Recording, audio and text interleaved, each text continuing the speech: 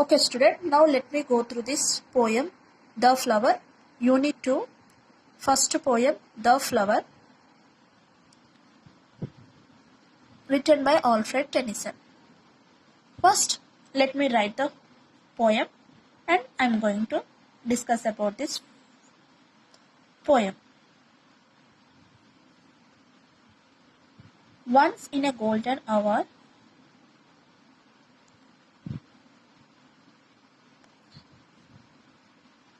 I cast to earth a seed.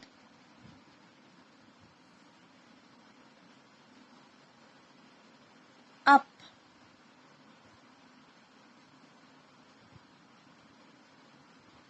there came a flower.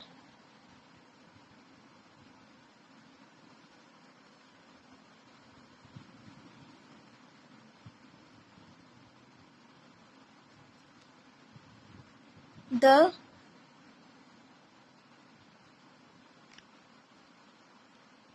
people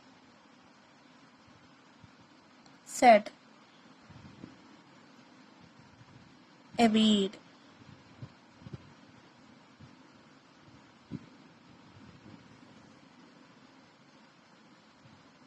To and fro they went.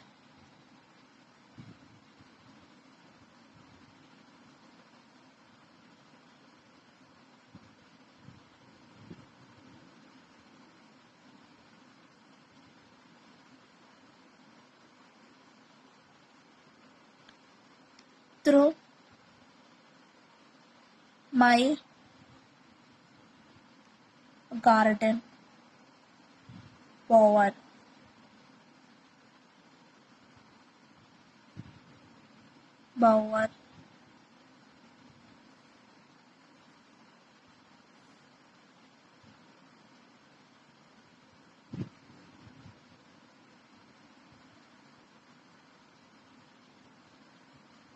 And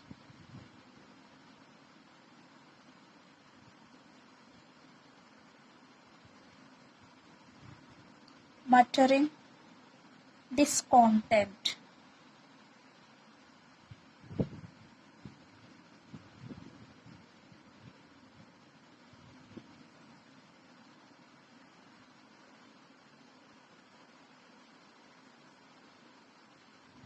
Cursed me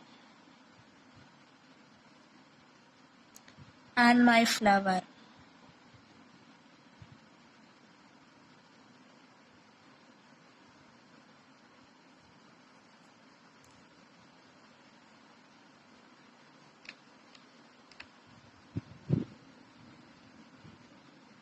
Then it grew so tall.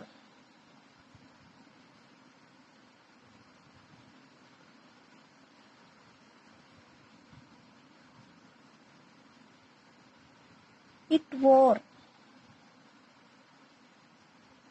a crown of light.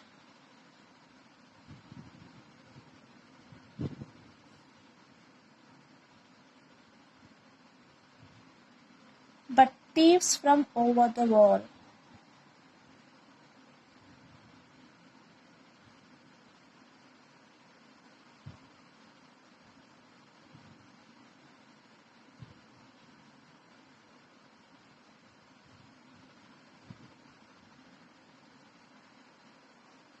stole the seed by night.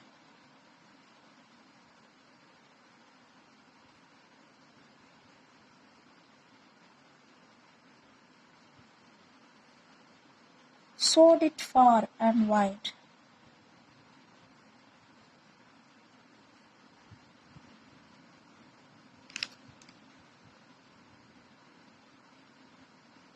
And wide.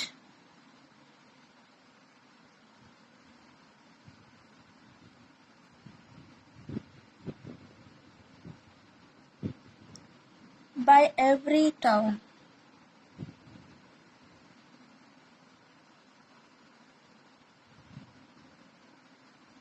and tower.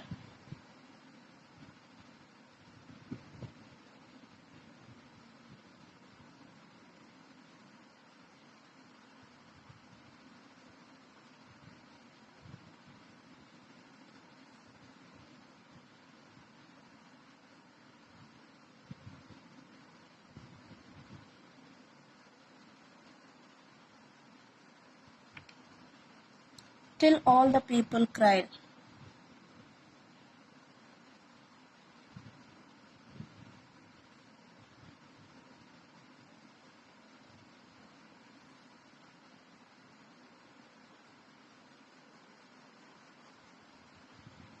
Splendid is the flower.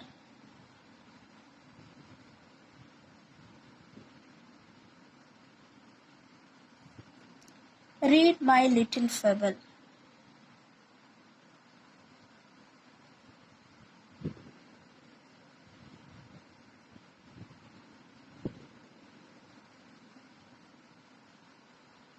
Fable.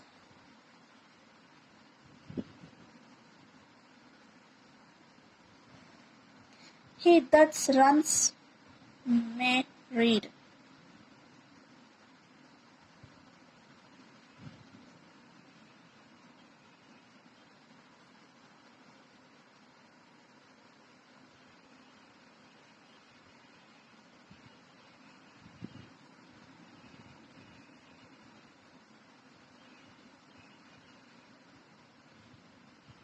Most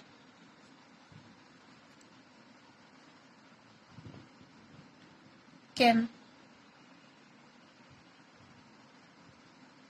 raise the flowers now.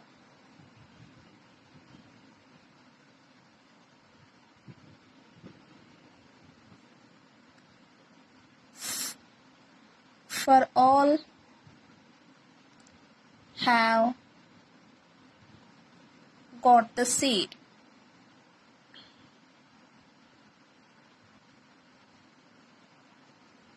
And some are pretty enough.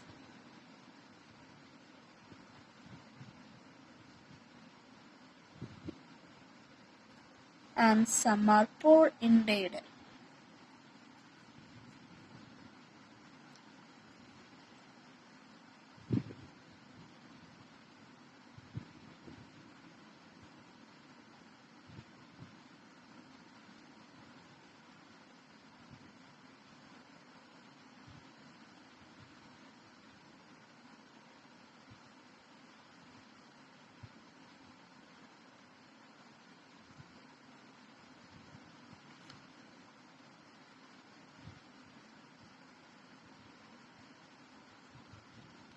And now again the people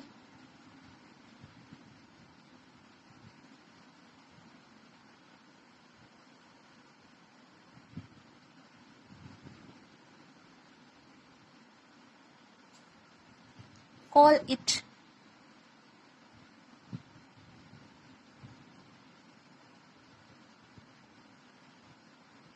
butterweed. So I completed writing the flower, the poem flower. So poem The Flower by Alfred Tennyson. Okay, before going into this, actually here the Alfred Tennyson, it's a my little fable. Here, through this poem, actually Alfred Tennyson representing the poem, the flower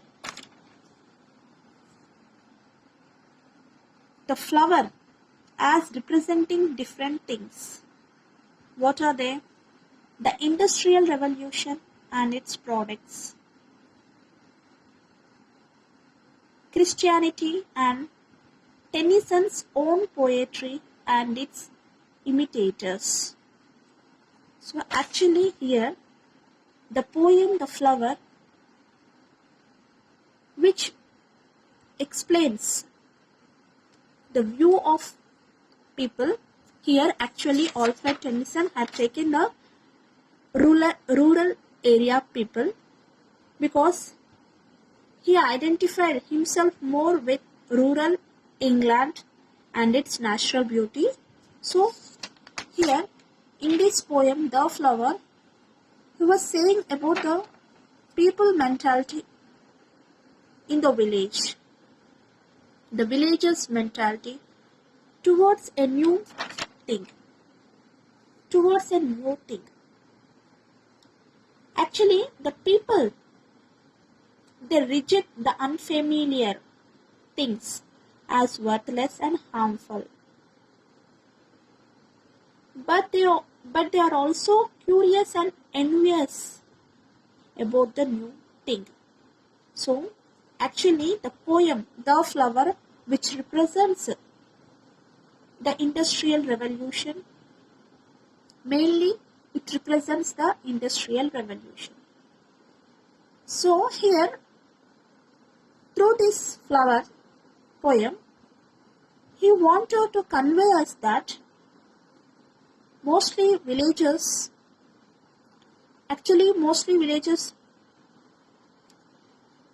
why here the people, mainly villagers, because he was himself identified, he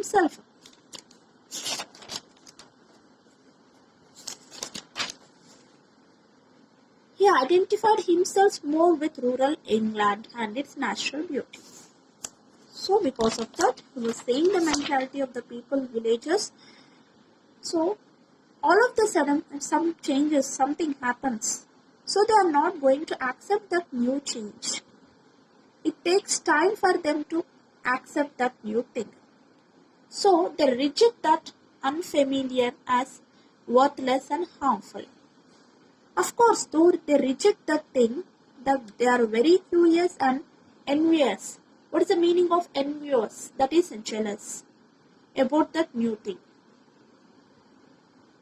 And at last, this new thing is going to be assimilated into the old. So as days are passing, yes, what is going to happen? What is the new thing? So ultimately, it assimilated into the old thing. Then people are going to, so it loses its novelty, and the people are going to accept that new thing. So initially, when it was a new thing or when it is a new thing, they are not going to accept, even they are not going to digest that thing. Yes, they are going to reject that thing. But as days are passing, as the new thing, as it loses its novelty and it assimilates into the older thing, then the people, they start to believe in that new thing. So here the poet, he's saying, Alfred Tennyson, he's saying us that he's giving suggestion to us that we should act according to our beliefs. Yes, he is asking us to act according to our beliefs. Never we should mind a praise or criticism of others. Yes, got it? Is it clear? He's asking us, he's saying us, he's giving suggestions to us that one should act according to their beliefs, their own beliefs, whatever their heart and brain, yes, whatever their heart suggestions or their heart brain suggestion, whatever theirs, they have to believe in them, not in others' praise or criticism.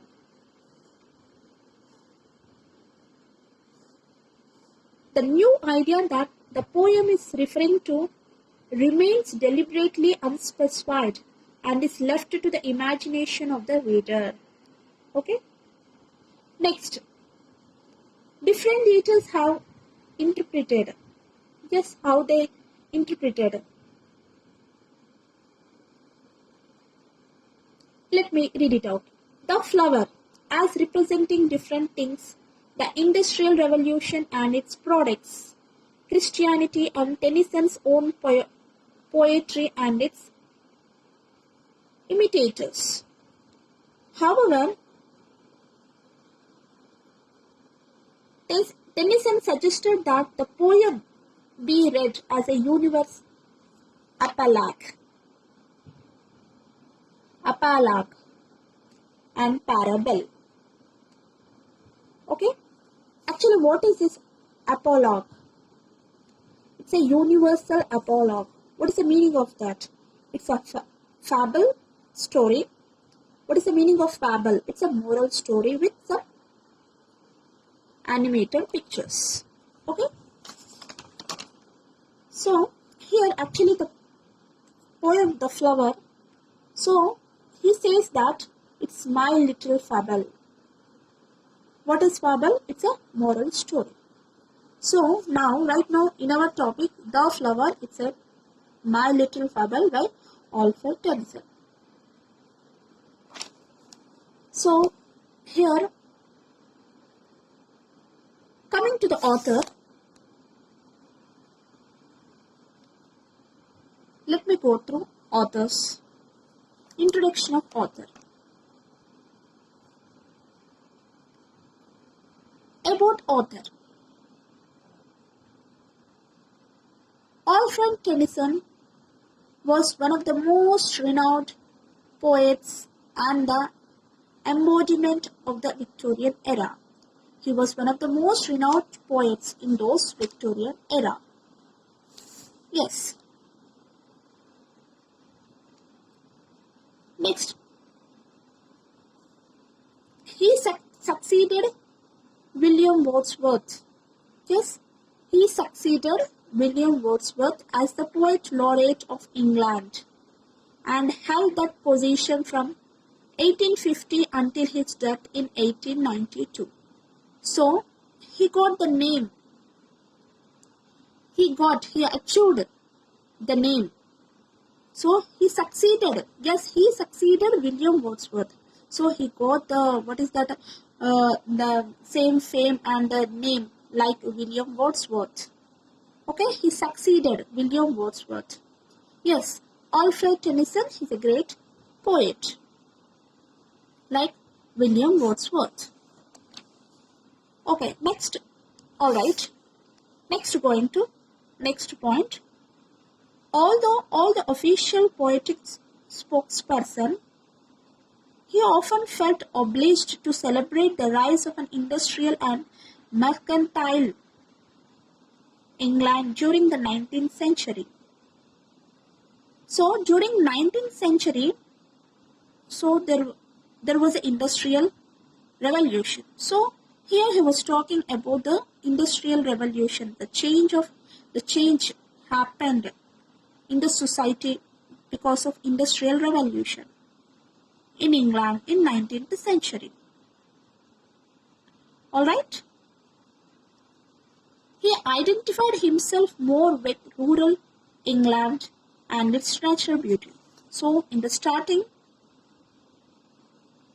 already I said this sentence. He identified himself more with rural England and its natural beauty. So here he was talking about industrial revolution. So the change, whatever the change happened over there, whatever change occurred in the 19th century and the people's behavior towards that change. So especially villages. So and he is most attracted towards natural beauty. His poetry is marked by a rare lyricism and a remarkable sense of sound and rhythm. Yes, it has some sound of rhythm and rhythm. So, about his poetry, it's about its poetry. Yes. Rare lyricism and a remarkable sense of sound and rhythm. Next, coming to his works, Tennyson's works, Alfred Tennyson's works. What are those? The Lotus Eaters. So, what is the name of the poem now? The Lotus Eaters. L-O-T-U-S, lotus. It's not lotus flower spelling, it's lotus. L-O-T-O-S. Spelling is different. L-O-T-O-S. The Lotus Eaters. Next one is Ulysses and In Memoriam. In Memoriam, or some of Tennyson's famous poems. So these are his works. The Lotus Eaters, Ulysses and In Memoriam. So coming to we completed about the author and about the story. Now let me go to pre-reading activity, whatever there in your textbook. Let me go through this. Let me read it out, whatever the sentences he had given in the textbook. Pre-reading activity. So first one. How do we usually respond to a new idea? Do we welcome change or do we prefer the status quo? So, look at here. What he had given in the textbook. How do we usually respond to a new idea? Yes. Do we welcome the change or not? That's the question. Yes. So, mostly. So, it depends upon a person's opinions. Okay. So, some people, they are going to accept, they are going to welcome the new change. But some other people, they takes time to accept the new things.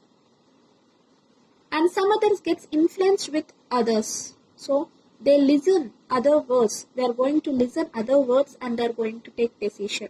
They are going to welcome the change. So, actually here in the poem, The Flower, the poet is he's giving suggestions to us that no one should get influenced with other thoughts.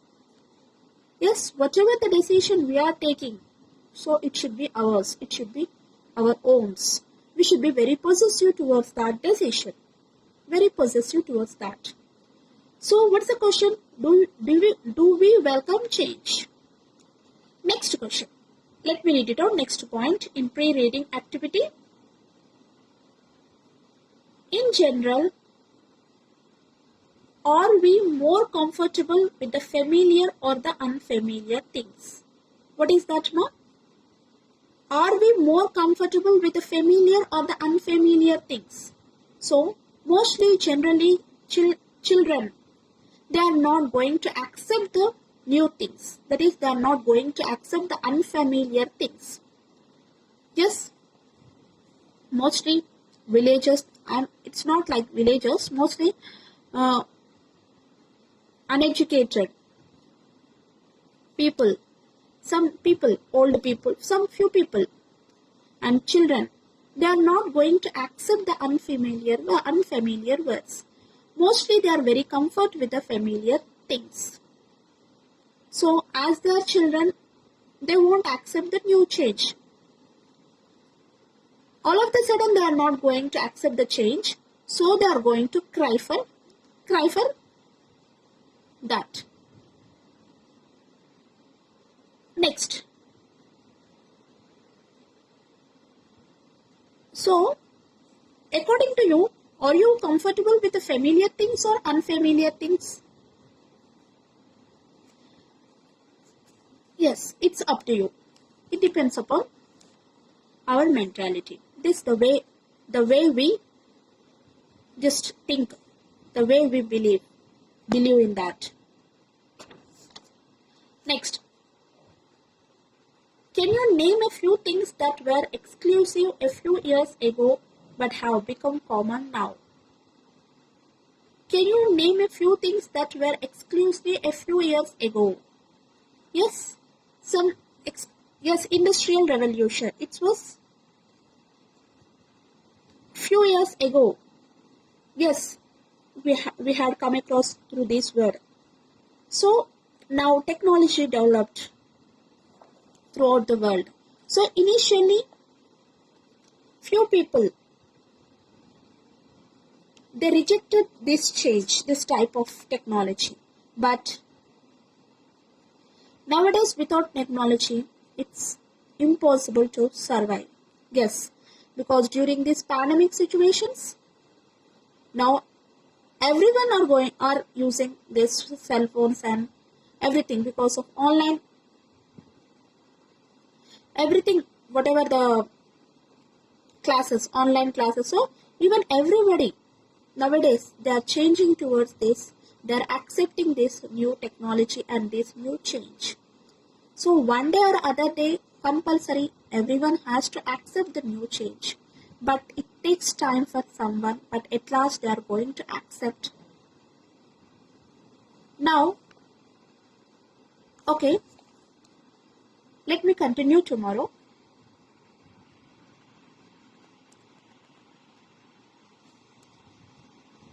In the next video, I am going to continue this.